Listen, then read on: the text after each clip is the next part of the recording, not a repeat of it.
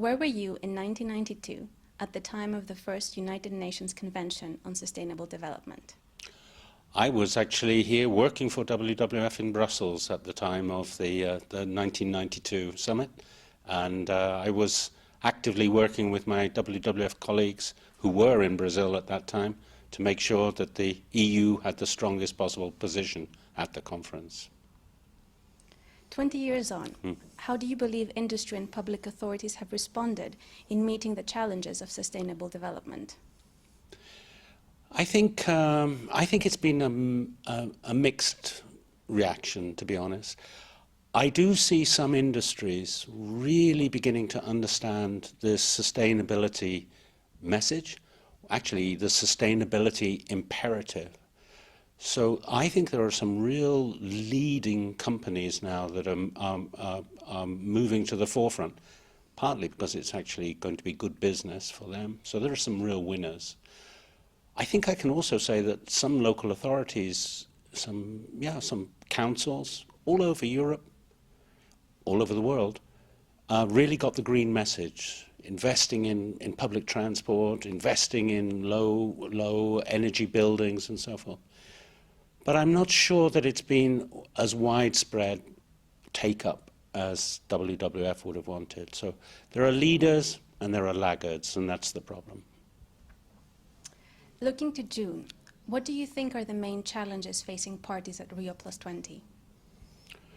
The main challenges, there are probably two or three. The first real challenge is that there's so little time left for preparation. It's unlike the other big conventions in 1992 and in 2002. There was a lot more time to prepare. And this convention has come up so quickly in a way that I think that's the first big challenge, is how to get concrete actions and achievements in the time that's left. So that's the first challenge. The second challenge is how do you build an optimistic convention at a time when there is quite so much concern about the economic crisis and so forth. So it's really trying to get a match between the optimism that a conference needs and the background, slightly more pessimistic economic climate. I think the third challenge will be to get enough public interest and support in the conference. I don't think that can be taken for granted. So the more of these kinds of opportunities to speak about Rio 2012, the better, to get a public that's going to be interested. What are your expectations for Rio+20? Do you think Rio+20 will suffer from the current economic crisis, or will it be an opportunity to create positive momentum for a sustainable path? It is just possible. It is just possible that there could be the beginnings of a consensus around what a green economy, or green economies, plural, might mean. There's a lot of suspicion. Oh, green economy, that's a northern industrialized country concept. Actually, it's a trade barrier. We're going to find our products are going to be more difficult to get into Europe or North America because they're going to use a green economy argument to keep our goods out. So there's a lot of suspicion. But on the other hand, there are some countries that are waking up to the idea, we're rather resource rich. We've still got our forests, we've still got fresh water, we've still got available land, we've still got minerals. And so some of these countries, developing countries, emerging economies, are saying, maybe green economy is not such a bad idea. Maybe it will start giving us a leverage, maybe it will start giving us recognition that we can manage our own resources in a more sustainable way and not be just told what to do by the rich industrialized countries. So in summary, my main hope for Rio is that different people from different backgrounds, from different circumstances, different economic rationales will come together and say, green economy, low carbon economy, resource efficient economy, that's the real smart way forward. And if Rio can give that to us, then it won't be such a bad thing. Where do you see the main opportunities for NGOs, such as WWF, to contribute to a sustainable economy?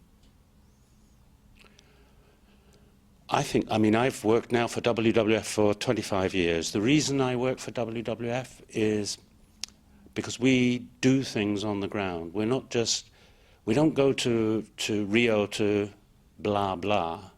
We go to Rio as an NGO because all over the world, we're trying to put these green economy principles, green economy thinking into practice.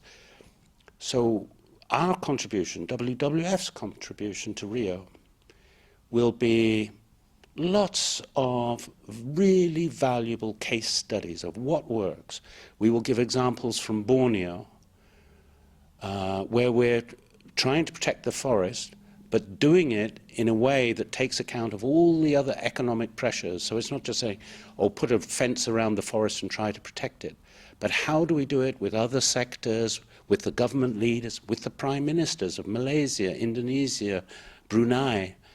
We will be doing the same, giving examples from the Mekong, from Laos, from Cambodia, from Vietnam. We'll be giving examples from Brazil itself, from Acre province. So I think that's the real contribution WWF can make, is leading by example, but examples which involve multiple other partners, governments, industry, other NGOs, and so forth. What do you believe are the best tools at our disposal for fostering a sustainable future?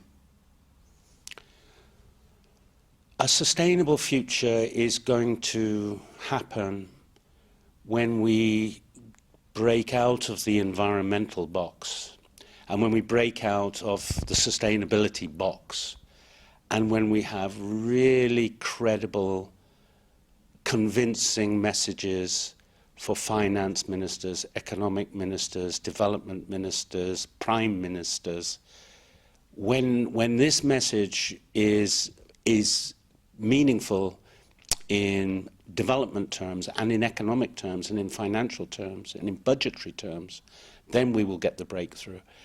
And so one of the other issues on the Rio agenda, which I'm really hopeful for, and which WWF has led now for 25 years, is to try and get new measures of progress, new measures of prosperity that go beyond GDP, beyond gross domestic product, and start talking more about well-being, about care, about quality of life. These are the sorts of breakthroughs, another breakthrough that we could expect, I think. Let's call it the beyond GDP breakthrough that we might get in Rio later in the summer. On the 9th of March, the European Council adopted the EU's position on Rio+20. What more would WWF like to see reflected in the EU's priorities?